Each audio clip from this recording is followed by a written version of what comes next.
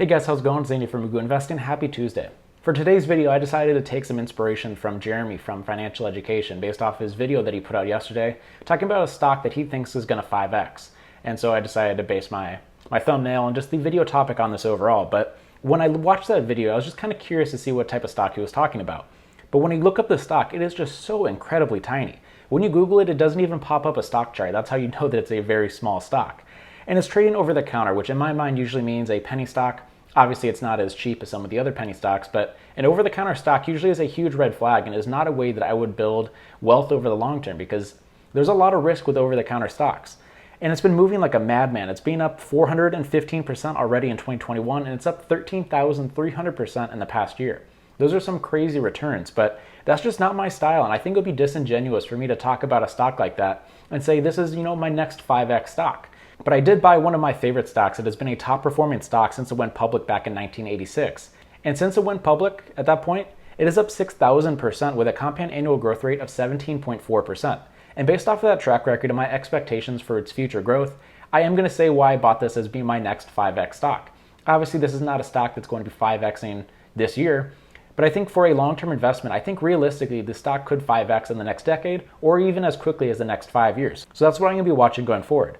And whenever I make claims like this, I make sure to put my money where my mouth was because I think it would be wrong for me to talk about a stock, that I think could 5x in the next decade and then not actually be invested in it. So I decided to buy into Adobe, ticker symbol ADBE, which is going to be the topic of today's video. So in today's video, I'm going to be breaking it down into 3 parts as always. In part 1, I'm going to be talking about how the company operates, the recent catalysts that have pushed the stock up and down, and its future guidance. Part 2, I'm going to be hopping onto the charts and I talk about what I saw over there that made me decide to buy into a stock that I've been eyeing for a long time and why this morning was the reason why I decided to buy in.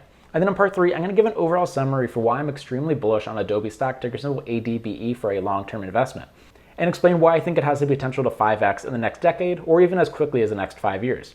Just a reminder, this is not financial advice, and with that out of the way, let's hop right into it.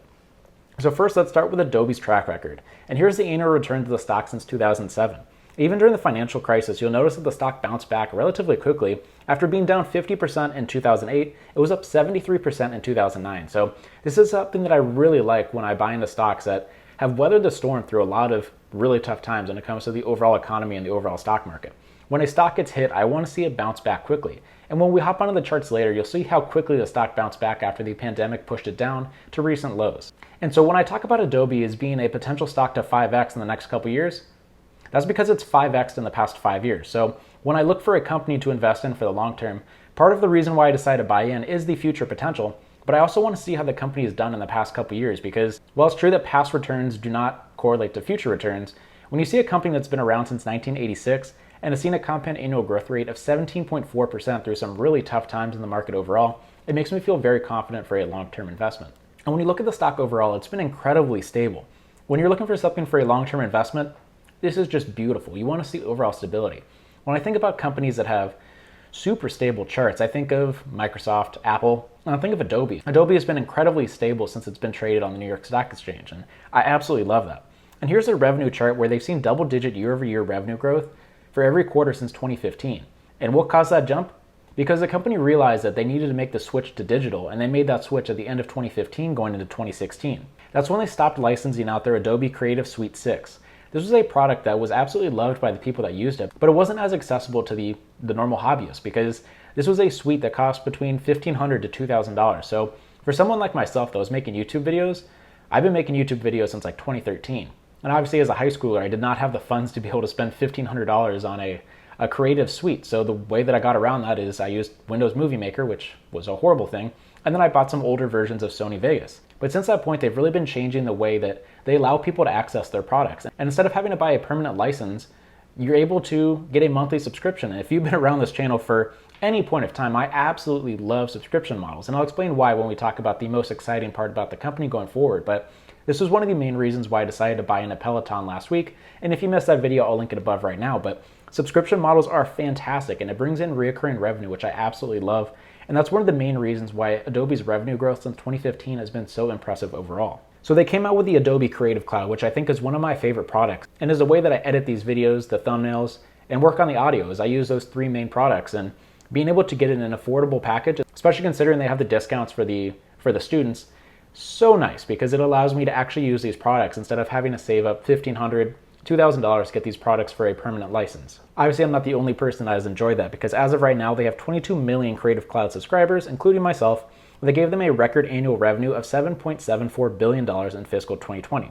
And since 2013, they've seen that number increase at a compound annual growth rate of 44% compared to the overall revenue growth of the company of 18%. So Creative Cloud has been the area that has been pushing the company along for the past 5+ years, and is the reason why the stock is 5x during that time. And I don't see that stopping anytime soon. The company's come out and said that they see a total addressable market of $31 billion in 2021 and $41 billion in 2023. So this has been the area of the business that has pushed them forward, and the company still has a very positive outlook for the next couple years. And I see that as being a catalyst for future growth of the company, but it's not the area that I expect to see them grow the most. Looking at Adobe's revenue by segment, the digital media part of their business is the moneymaker when it comes to revenue. And my single favorite statistic about why I love Adobe for a long-term investment has to do with their profit margins. When you have a subscription model, you usually have margins spike because you're bringing in these recurring revenues that you're not having to pay additional marketing or having to come out with a different product every year because you're just having these people pay, $40 a month every month for a product that's already been released. And so that's why you see gross margins for Adobe with their creative suite of 96%. So they've been incredibly effective at turning revenue into actual profit. And when you look at the overall stocks out there, this is in the top, I think it's the top 20 of the S&P 500 stocks when it comes to gross margin for their digital media segment of their business. But let's talk about the other important business with their digital experience that saw 12% revenue growth year over year, up to $3.1 billion. This is a business that has some pretty stiff competition. When you look at companies like Docusign, which has seen explosive growth in the past couple years, even though Adobe is the creator of the PDF, so they too get the licensing from that. Then you have one of the major market movers when it comes to Salesforce, ticker symbol CRM. But this is an industry that's expected to grow at a compound annual growth rate of 14.2% until 2027. So when I look at the future outlook of the company, this area is a place that has pretty stiff competition, but I think based off some recent events, I think they're in a great spot to succeed going forward. And one of the main things that makes me feel incredibly bullish on the segment of their business is that they've partnered with Microsoft to create an AI-focused CRM product. And since that point, I have not been very bullish on Salesforce, ticker symbol CRM, because it seems unlikely that two tech giants when it comes to Adobe and Microsoft are going to struggle to produce a product like this. And so, yes, this is an area that has a lot of competition, but I think Adobe plus Microsoft together are going to be a dominant force in the upcoming years. That's one of my main bull cases for why I like the company for a long-term investment. The Creative Cloud part of their business has allowed them to expand rapidly in the past couple years, but when I look at the future growth of the company, I'm looking at this type of business in the CRM market that's expected to grow at a compound annual growth rate of 14.2% until 2027. And then one last bull case for the company before we hop onto the charts is that the company authorized $15 billion in stock buybacks in their last earnings report, and their next report is expected to come out on March 23rd, and I'm very excited to see what comes out when they release that report.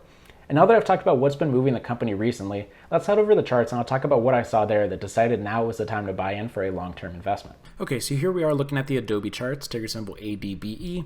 And one of the great things about looking at a company that's been as reliable as Adobe is that the technical analysis doesn't matter as much. It took me a little bit to decide where I wanted to draw these lines, but in reality, I made this trade just because the stock was at a discount. I did not see anything on the charts that jumped out to me and said, oh, you know what, this is the time to buy right now. We did have the recent drop where it came down to the 425 level and bounced off of that, and then I decided to take a position this morning. But in reality, the reason I bought in is because, one, the track record has been so solid. As we just go back, you can see that it's just been a steady climb for the longest time. And so seeing the stock that's at a discount, highs of 537, and then coming all the way down to the 425, I see that as a discount that you don't see very often with something like an Adobe. You see the sell-offs at the end of 2018 going into 2019 when we had a lot of the trade war stuff and a lot of the tech stocks were selling off aggressively.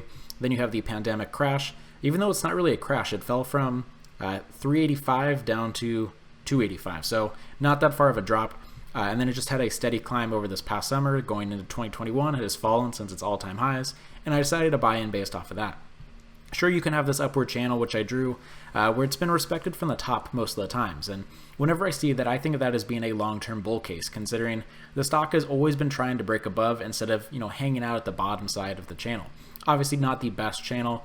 This area right here going into 2019 does not get touched, but it gets touched in the fall and winter of 2019, and then at the pandemic bottom. So that's going to be something to watch going forward. As of right now, I'm extremely bullish on Adobe just based off of this long-term history as we scroll all the way back.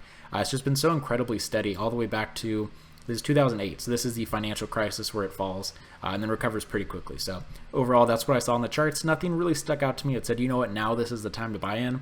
But considering this is a stock that does not go on discount very often, seeing it fall around 100 points overall was a reason for me to decide to buy in. This is a stock that I've talked about for a long time, but it took me a while to actually buy in because this is a company that's been incredibly reliable when it's come to their stock growth. And being able to see a company like Adobe at a discount has been attractive enough for me to decide to buy in. So let's talk about my long-term bull cases for why I really like Adobe, ticker symbol ADBE, for a long-term investment. The first has to do with their Creative Cloud because this is a product that I absolutely love. When I talk to people that are just getting started in the stock market, especially my friends, the advice that I have for them is to buy companies that they absolutely love and products that they use on a regular basis. The examples that I always give are Microsoft, Adobe, Apple, and Nike. These are companies that I absolutely love, and they're large enough where they give enough stability to a new investor. And Adobe has some very high quality products, and the fact that they have gross margins of 96% is so attractive, and I expect that Creative Cloud subscriber number to continue to increase over time. But the area that I'm really the most excited for has to do with their partnership with Microsoft to try to take some of that CRM market away from a company like Salesforce. And so the Creative Cloud has been the driver for the growth in the past couple years, but I think this partnership into the CRM market is going to help them grow in the future. And then number three, it is very rare for a company like Adobe to be at a discount. We've talked about the major sell-offs that we've seen in the market so far in February and March of 2021 has mainly come from the top performers of 2020, which for the most part have been the tech stocks. And so while it's possible that Adobe is going to continue to fall with the overall market, I see this as being a fantastic buying opportunity for myself. And if the stock falls in the upcoming months or after the earnings report that happens on March 23rd, I'm going to continue to buy more. I took a relatively small position. I call them feeler positions. So we'll see what happens in the upcoming months. And I'm excited to buy more if the stock continues to fall. So let me know what you guys think about Adobe stock, and let me know what you think is the next 5x stock that you have bought for your portfolio. Thanks for watching this video. I appreciate all the support, and I will see you in the next episode.